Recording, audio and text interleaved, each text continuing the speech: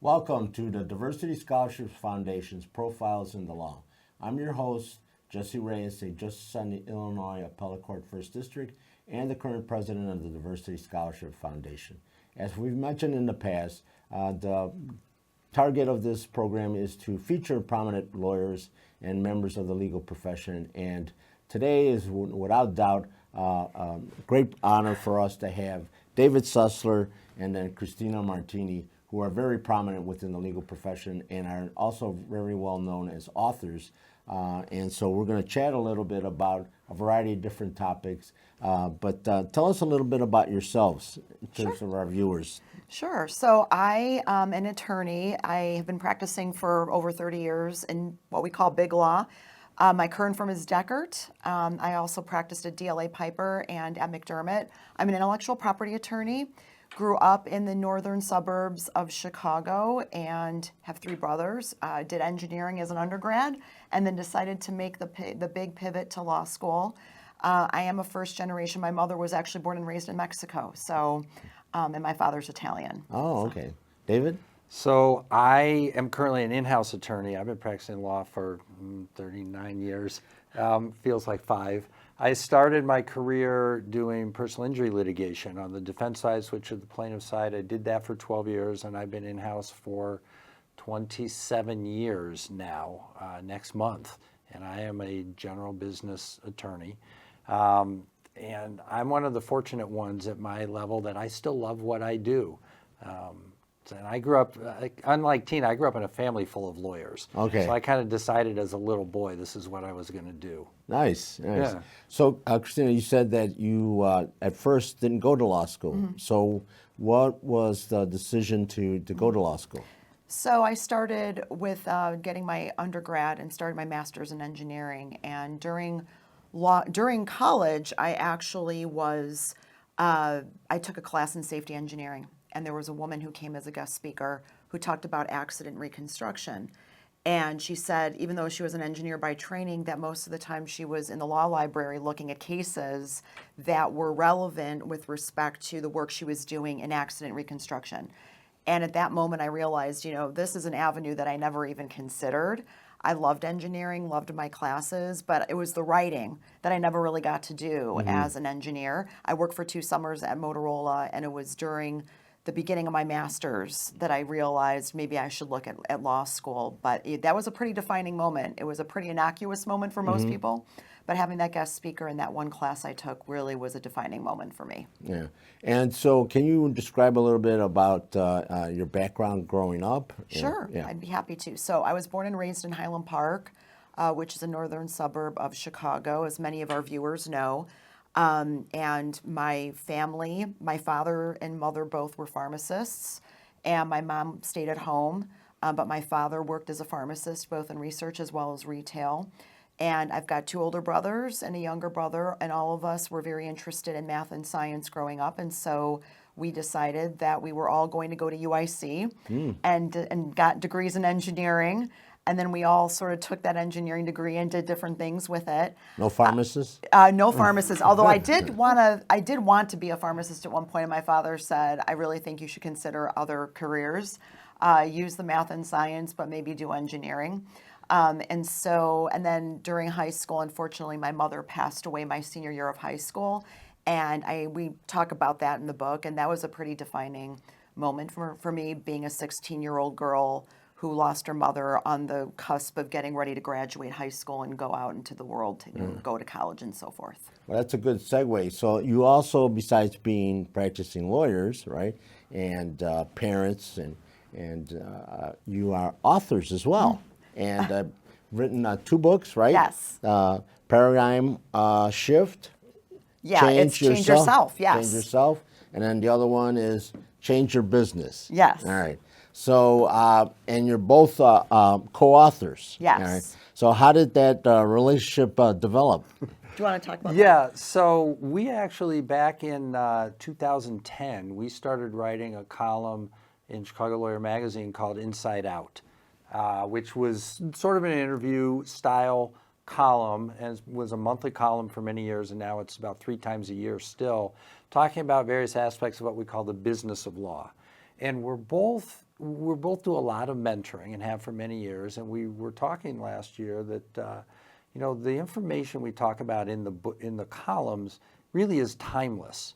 But as a magazine column, it gets lost to the dustbins of history. So it was really Tina's idea. So why don't we put it together in a book? And it turned out to be 2 books.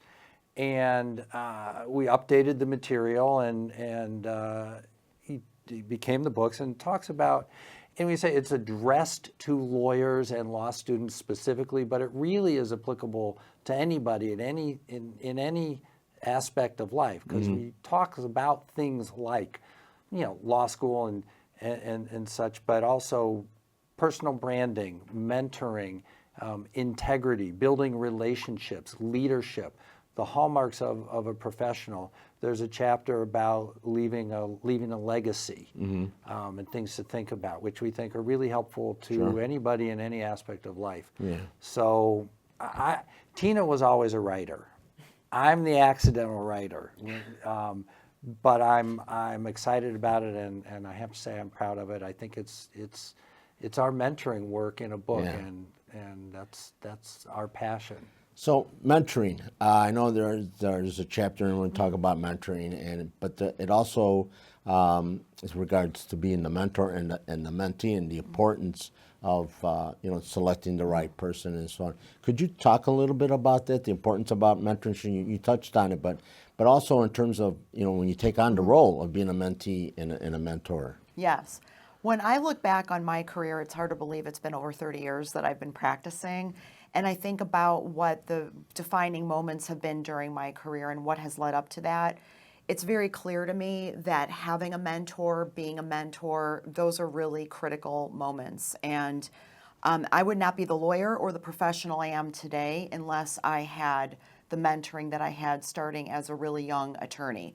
And I think there is such a thing as peer mentoring, for example, where today, even as a 30-plus year professional and veteran of the law, where I can still get mentoring from people that are maybe more peers than they are people who are several years ahead of me, just because I've been doing this for so long, that there are not as many people who have been doing this longer as there are who are more junior to me. And I think it's critically important to pay it forward, to show appreciation for all the gifts and giving gratitude for what I have been the recipient of, which has been wonderful tutelage. And I also think it's important to remember that people who are mentors today may not necessarily be mentors tomorrow. I think everybody's on their own evolution professionally and personally. And sometimes people sort of naturally come in and then drift out, and that's okay. I think a lot of people think a mentor is for life, and I think that sometimes that's not a healthy approach to it. They can be part of your life forever, but they don't necessarily, they're not necessarily a mentor or a sponsor, if you will. So David, how would a mentee select a mentor? So it's interesting. I like to talk about the fact, I think there's formal and there's informal mentoring, right? A lot of mentoring relationships are organic and never even explicitly stated to be a mentor-mentee relationship. You meet somebody for lawyers at a networking event, and you go out for coffee and you have a few conversations, and maybe you don't really explicitly talk about it. Or I talk about my friend Jason, who's now the president and CEO of the Association of Corporate Counsel. I've known him for 25 years. He's 10 years younger than I am, but he's one of my primary mentors. Never explicitly, but he's just so smart and so wise. And I watch and I learn and I absorb. But then there's formal relationships, right? Maybe through the programs you help run through, for example, the Association of Corporate Counsel Chicago chapter, Law Student Summer Internship Program, which is like a pathway to in-house for the summer after 1L year, and you have assigned mentors, at least 2 assigned mentors in that program. And they are explicitly designed to last the 10 weeks of that program, and then encouraged to keep on going afterwards. And maybe they do, maybe they don't. But so kids, law students especially, might want to just meet a lawyer either at random or at an event and say, hey, I enjoyed talking with you. Can I follow up with you? And maybe it's a one-time event and you learn, and that's a one and done mentoring, or it can go over a period of time. But these concepts are applicable to any profession or any individual Absolutely. that Yes. is looking for a mentor, right? Right. Yes, absolutely. And we talk, as you mentioned, Judge, we talk about this in our books, but there are any number of other concepts that David had profiled when we first started talking about the books that apply to not just law students, lawyers, in-house, in private practice, but also to professionals. And so we really tried to make these books be something that would be of value to anybody who is looking, as one of my friends who read the book said, a mentor in a pocket, just giving guidance and support, and just something to think about, little nuggets of what we hope are wisdom that people can just pick up the books, read a chapter in 5 minutes, and then go about their day. So in this day and age where we're on Zoom and AI and everything else, is it still possible to develop or establish a mentor-mentee relationship? Absolutely. And I think there are a whole host of ways. David just profiled one way to do it. I think really, while the technology is wonderful to leverage, and it's something that if it's a choice between leveraging the technology to have a Zoom meeting or a Teams meeting, for example, versus nothing at all, absolutely. But I really think another lesson out of all of this, especially post-COVID, is the importance of the in-person to the extent that you're able to do that, because there's something just very unique and special about the in-person connection that you get, and something gets lost if you aren't able to do that. Yeah, and it's also interesting that you mentioned AI, and we were talking before the show a little bit about mentoring and law students, and some law students kind of have the same questions today that they did even when I was in law school, which is kind of like, how do I do this? Right. How do I get into it? What do I do to find a job? Right. How do I progress in my career? And in the mentoring is really key to that. To our profession is really relationship driven, and business, most of the business world outside the legal world, it's relationship driven. So it's like in the AI world, maybe it becomes more difficult, but AI is a tool, right? And it's not going to replace human relationships. And the mentoring is one way just to learn how to form relationships and build relationships. And again, a lot of it, like you learn you watch how people interact with each other. And that's why the in-person is so important, but you can do it on video. I learn from my business colleagues all the time. How do you interact with other people you want to do business with? Vendors, customers, clients. How do people treat each other is one basic element. And when you've never been in that world and you're trying to get in that world, meet people and watch and learn and ask questions. Sure. And I know another aspect that's discussed in your book is about networking and developing the skills and the abilities to be a good networker. Can you talk a little bit about that? Sure, absolutely. For me, I'm an introvert, and a lot of people don't believe that. I get a lot of teasing as a result of that. But being an introvert in what is very much an extrovert's world, it's really important to be able to navigate that kind of landscape and to be very intentional about it. For me, I put myself in situations and circumstances where I would need to meet people, whether I be at a cocktail party, go to conferences, et cetera. And I think it's really important to get out of your comfort zone and make sure that you go out and meet people. As you mentioned, it is a relational business. We do talk a lot about that in the book. And I think it's just putting yourself in situations, whether it's through being a member of the Chicago Bar Association or other types of groups where you're able to meet people. Sure. But to also be very methodical about it, meaning that you stay in touch with people and understand that you can't have a transactional approach to relationships, that you have to get to know people. They need to get to, as you'd like to say, get to know me, like me, and trust me. That takes time. Sometimes, if you're looking for business, that can happen pretty quickly. But Sure. other times it can take years. And I would just advise folks to understand that it is a longer term play, and you have to be genuine about it as well. And I like to distill networking down to, networking is sort of it's a buzzword, and it makes people nervous, right? All it is really is forming a simple human connection with somebody, right? And like we tell law students, go to these networking events. Well, maybe there's 50 or 100 people there. Well, it's not about meeting everybody and trying to connect with everybody. If you go to an event like that and you make a connection with one or even two people that you want to follow up with, one is, then it's a successful event. Two is a bonus, right? And then like Tina said, you do need to follow up with them. But that's really what it is. And I also say, networking is about what can I do for you? It is not what can you do for me. And like law students or college students who are talking to professionals and they're looking for a job. Well, it's like, I know you're looking for a job, but don't ask me for a job. Right. Just make a connection with me as a human being. Like what they often ask, what do I have to offer you? Well, tell me the name of a good movie or a TV show or a good restaurant or a good book. Right. And then we build the relationship. I like you. Then I'm going to introduce you to other people. Right. And that's how it goes. Yeah, but I'm sure you also find when you're going into a room, you might not know anybody. You start talking to them, you find out that there are some connections, right? That actually, no matter what profession you're in, it's a small world, right? As we mentioned, yeah. So you build on that. Yes. Right. Yes, Yes. absolutely. Yes, and that's a common thing. Is like, oh, so where'd you grow up? Oh, I grew up in that same town. Where'd you go to high school? Do you know so-and-so? Right.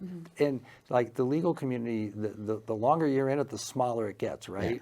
So yeah, it's kind of fun. Yeah. So even though we use Zoom a lot and AI, but I think there's something to be said for in person. Absolutely. Right? Yeah. Yeah. Because it's kind of hard to gauge somebody or get a sense of a person through a screen. Absolutely. And whether it's meetings with somebody or just putting yourself in situations where you can learn, especially like thinking back to when I was a young lawyer and the whole tension, especially post-COVID with certain employers trying to get people back in the office.